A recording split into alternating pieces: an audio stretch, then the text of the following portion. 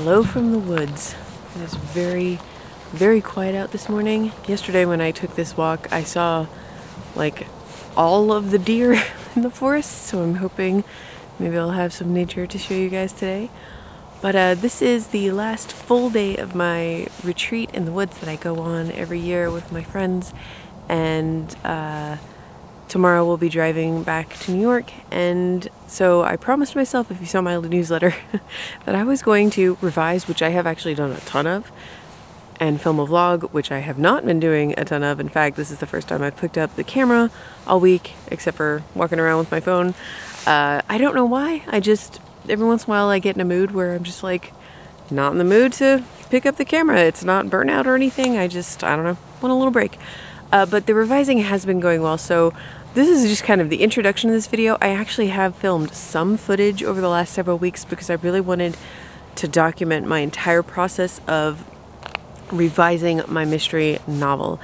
And I don't even remember what I talked about in the footage that I filmed before. I know I have been, for a couple weeks I was really consistent with uploading some shorts about like what I worked on that day and a little revising tip. I will link to that playlist up here if you want to check that out.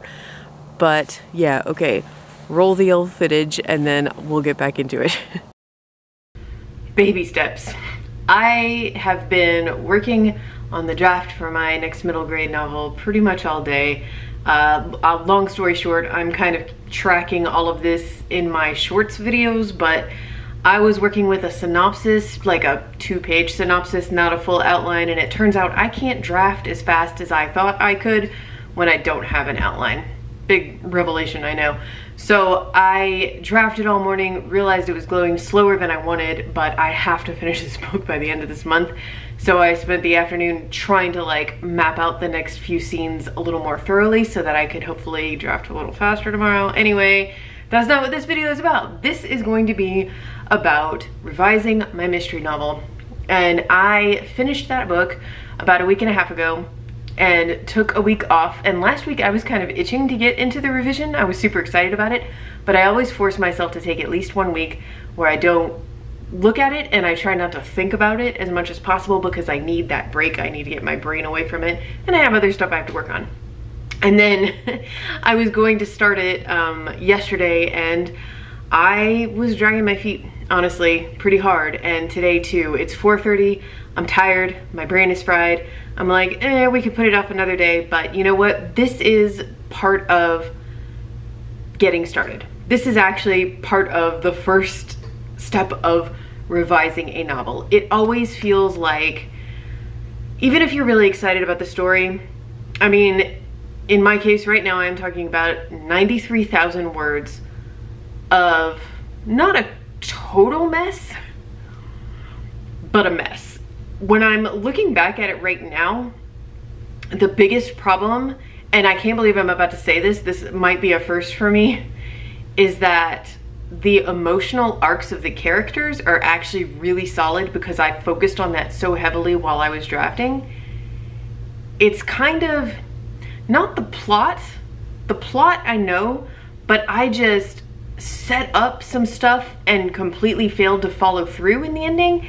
And there was one really important thing in the ending, kind of like one of the biggest reveals that I knew was coming, and yet somehow as I drafted, I just really dropped the ball on setting it up. Like, I dropped a few hints, but basically I guess what I'm saying is if you read the draft as it stood right now, you would get to the end and be like, what?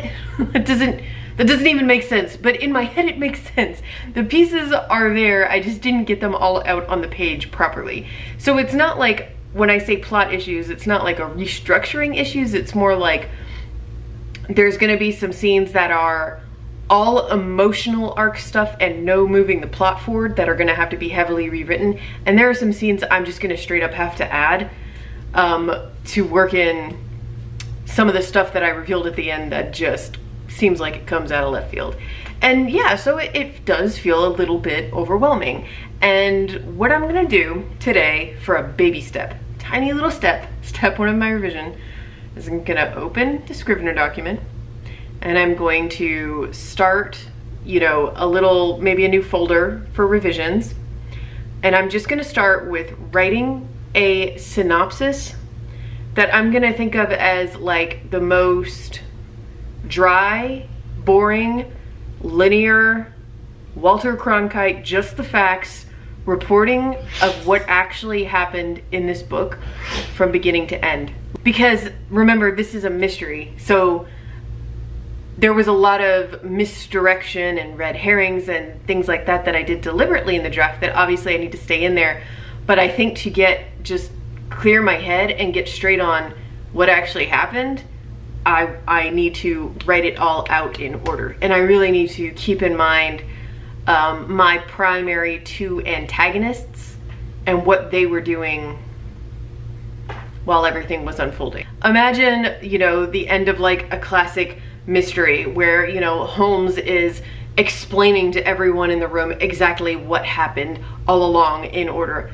That's what I need to write to get my own head around it. And I'm not gonna do that in its entirety today. The idea of writing an entire synopsis like that right now makes me want to take a nap. But I'm just gonna get it started, because even a document with like a couple sentences or a paragraph written in it is far less intimidating than a blank page. So that's what we're doing, day one. Okay, so I have worked on this off and on the last few days. I won't say I've been super consistent, but it is now Monday, and I have almost 1,200 words of this synopsis written. And what I ended up doing is I kind of went back to, you know, the backstory, and I've got my timeline open, and I'm just writing my you know, Holmes reveals how everything was done kind of monologue, but I'm starting way back at the beginning for the kind of 3 or 4 main players who are all involved in all of the incidents leading up to what happens in this house over the course of this weekend. So yeah, lots of backstory. The biggest thing that happened, the breakthrough I had today was, so the house that this story is set in was built by and is owned by a magician, like a Vegas stage magician, like a David Copperfield level, super mega famous.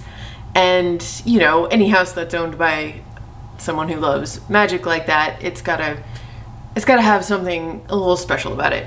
And there's one particular feature of this house that is important. And I thought I had it worked out okay in the first draft. I was not completely thrilled with this particular feature, like how I wrote about it, but I felt like it was close enough to what I wanted that it was good enough for the first draft. And in writing kind of this synopsis starting from the beginning and going way back into the backstory, I got to the point where the house was built and who was involved in the construction and just like where these key 4 characters were, because some things have changed since I started writing the first draft, between the time I started and the time I finished.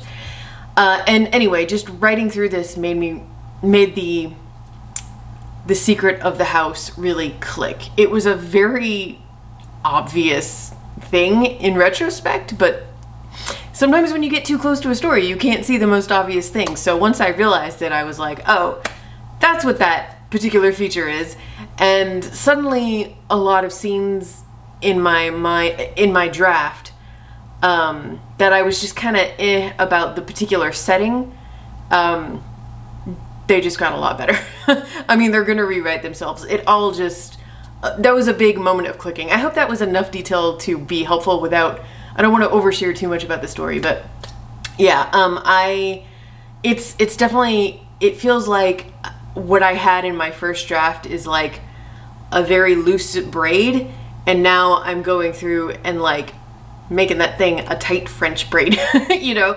So that's the progress I've made so far. I'm going to continue working on this over the next couple days because my goal is to write this synopsis all the way through the events of the book to the end.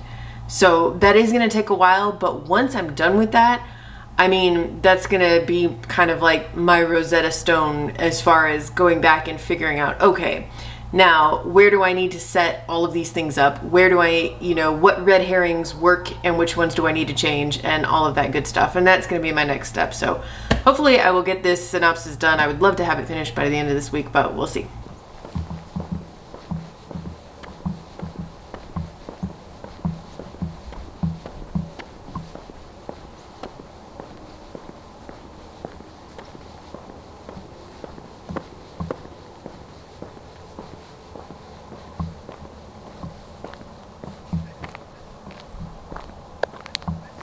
So after that, I went through and I had a good synopsis of everything in the story, of everything that happened, including the backstory, going all the way through the actual book itself.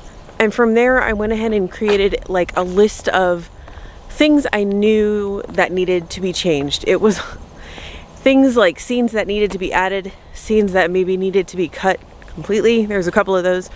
Scenes that, or just things that needed to be added to scenes but I didn't know where they were going to go, stuff that had to be cut because I started something that I just realized halfway through the book didn't work anymore, all of that stuff, just a big old messy list. The next step is I really like working on paper, and you know, I had my printed out manuscript, and I'm going to stop right here. I had the book printed out, and I will take my colored pens and just go through chapter by chapter, page by page, and write in all of the changes, like take that list and write in every chapter what I want to change, what I want to add, what I want to move around, shift here. I really like working on paper at that stage.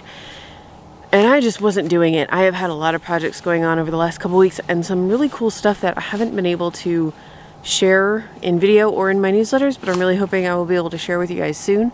And it was just one of those bottleneck weeks with work, and I never did it. And then it was like suddenly time to go on retreat, and I really came close to packing that printed out manuscript in my pens.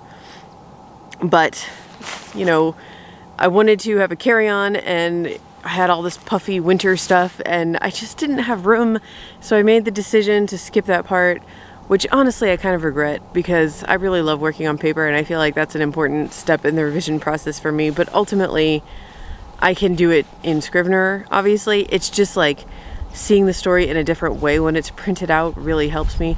But anyway, what I started doing on the first full day of the retreat is I just opened that Scrivener document. I had a split screen going on. I had my list of notes of things that needed to change and chapter 1.